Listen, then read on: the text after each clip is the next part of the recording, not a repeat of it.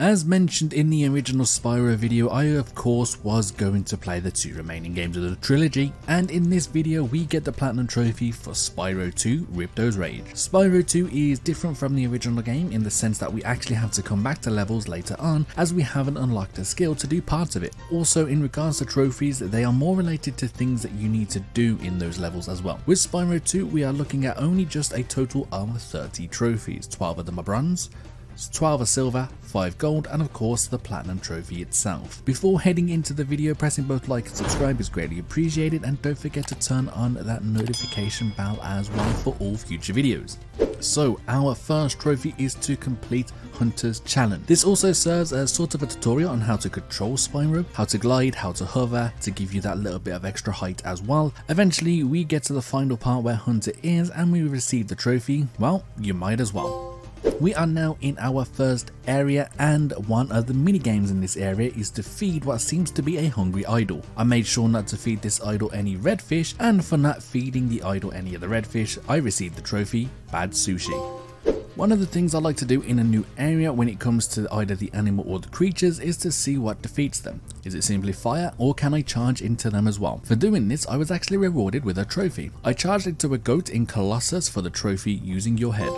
We are now in an area known as Hurricus. In this area, robots are being created and maintained by these other creatures. We ended up managing to take down every robot in Hurricus, and for this we received the trophy Exterminate. So in Spyro 1 we were unable to touch water. A drop of water landed on us and it meant the end of Spyro. However, with Spyro 2 this all changed. Not only can Spyro swim, but he can also dive underwater. Being able to dive underwater helps us a lot with this next trophy, as within the area there are something called Robo Sharks. Thankfully there is a power up close by that we can use, which supercharges Spyro so much that he can actually use powerful fireballs underwater, which helps us destroy these Robo Sharks. For destroying every Robo Shark we receive the trophy Lockjaw.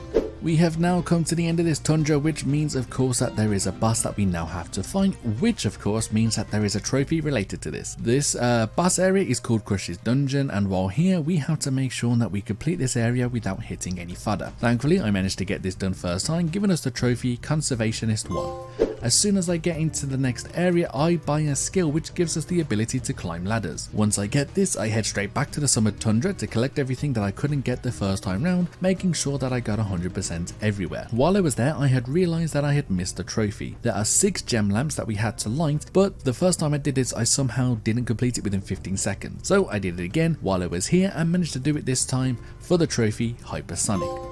One thing that has come over from the original game is of course the flight maps, where we have to collect and destroy 4 objectives within a time limit to get a passing mark. This trophy however is related to going back into this area. We have to go and visit the crowd that are cheering us on and heat them up with our fire. For doing this we get the trophy Warm Up the Crowd. For this next area I had to play things safe. Usually I just rush in, defeat everything, and then go back through to collect everything. This time I had to do things differently. I had to carefully make my way through this area without touching the lava. I made sure to collect as little as possible and just make it to the end, so once I get to the end I could get the trophy unburnt. Now this next trophy is a pain to say the least. We have to defeat all the Draclets in just one super flight. Due to the positioning of the Draclets, this can actually be quite difficult. This trophy took me several attempts to the point where I had to take it on backwards and ended up completing it that way to get the trophy Bug Control. If you somehow missed the next trophy in your first time playing through this area, I am not sure what exactly to tell you. The game perfectly sets everything up for you to get this trophy. We have to use a cannon to destroy something to advance in this area, and of course you can also use this cannon to defeat enemies. After destroying some of the environment, there is an enemy known as the TNT Thrower. For using a cannon to defeat the TNT Thrower, we receive the trophy Not Cannon.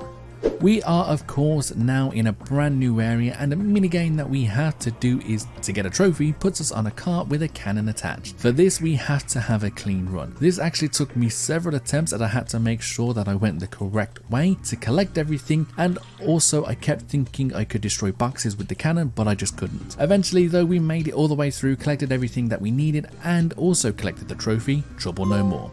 After completing the next area and I am going back through to make sure that I get 100%, there is a mini game that I get to play. For this I have to use the super flame to shoot somebody named Bob that is chilling by the flags. After shooting him, he then flies away back to the end of the area, and you have to chase him down but also dodge these energy balls that he is shooting at us. We have to do this a total of 3 times without getting hit by Bob, and for doing it for 3 times without getting hit by Bob, we receive the trophy Duck and Cover. I have now made my way into a secret area, and after collecting everything I notice a platform off in the distance. For gliding all the way over there and collecting the orb in the autumn plains, we receive the trophy Long Distance.